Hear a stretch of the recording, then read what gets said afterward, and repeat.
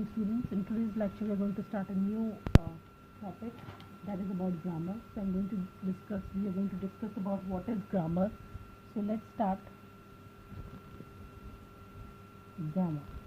Now what is grammar? Grammar is nothing but it is a set of rules used to describe a string of a language. So what exactly the grammar is? It is a set of rules used to describe a string of a language. So how you are going to define a grammar? You are going to define a grammar. It is a set of rules that is used to describe a string of a language. Now the question arises, what is string? So if you have to describe what is string, then string is nothing but it is a sequence of symbols, right? What it is? It is a sequence of symbols. So you can write it, string is a sequence of symbols. Let's take an example to make it more clear what exactly the string is, okay? So let's take an example. Say input has been provided 0 and 1. Now we have to maintain, the input which is being given to us is 0 and 1. So what is the length of the string? The length of the string should be 2. So we have to make a string whose length is 2. Say string of length 2. So what are the possibilities of making string of length 2? String is nothing, it's a sequence of symbols. So we are making a string of length 2, right? So say, what are the possibilities? One is 0, 0, then 0, 1, then you can say 1, 0, then we have 1, 1. So these are the strings of length 2, right? Similarly, you can take an example of strings of length 3. Suppose we want to make string of length 3. So how can you make string of length 3? So again, the input is same, that is 0 and 1. And now we have to make a string of length 3, right?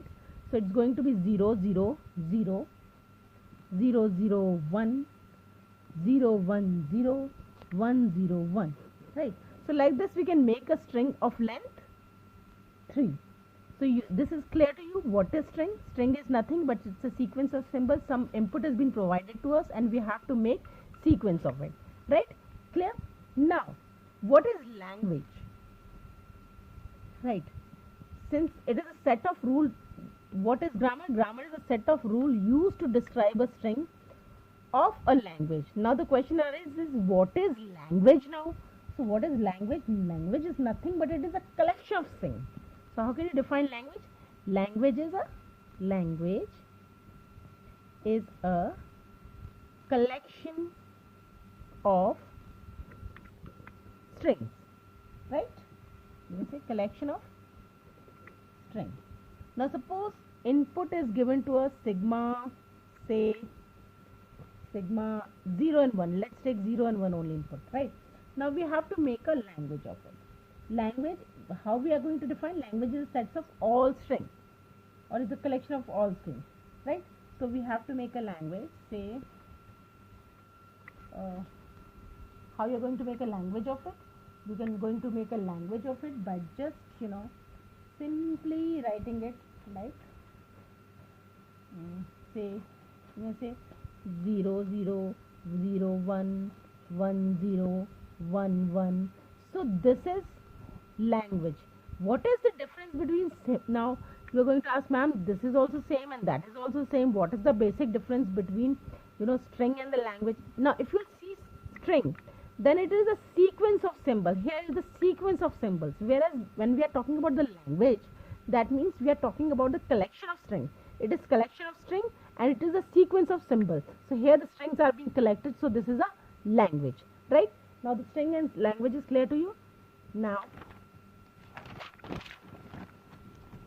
let's take a grammar. So we were actually discussing grammar. So grammar is what? Grammar is a set of rules used to describe a string of language, right? So when we are talking about the grammar, it is nothing but it's a set of rules. Grammar is a set of rules, which is rules to describe a string of a language, which is basically we use to describe a string of a language. And I have already explained you what is string and what is language, right? Now let G be a grammar. Now it has 4 tuples, V, T, P, S. So grammars is having basically 4 tuples. What are those 4 tuples? V, T, P, S.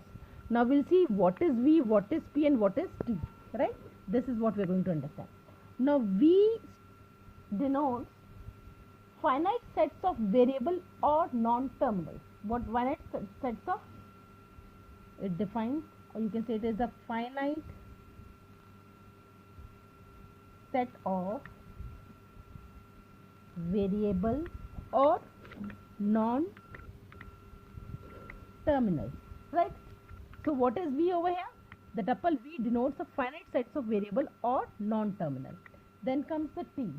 Now what does tuple T denotes here? Tuple T denotes finite sets of terminals. Finite set of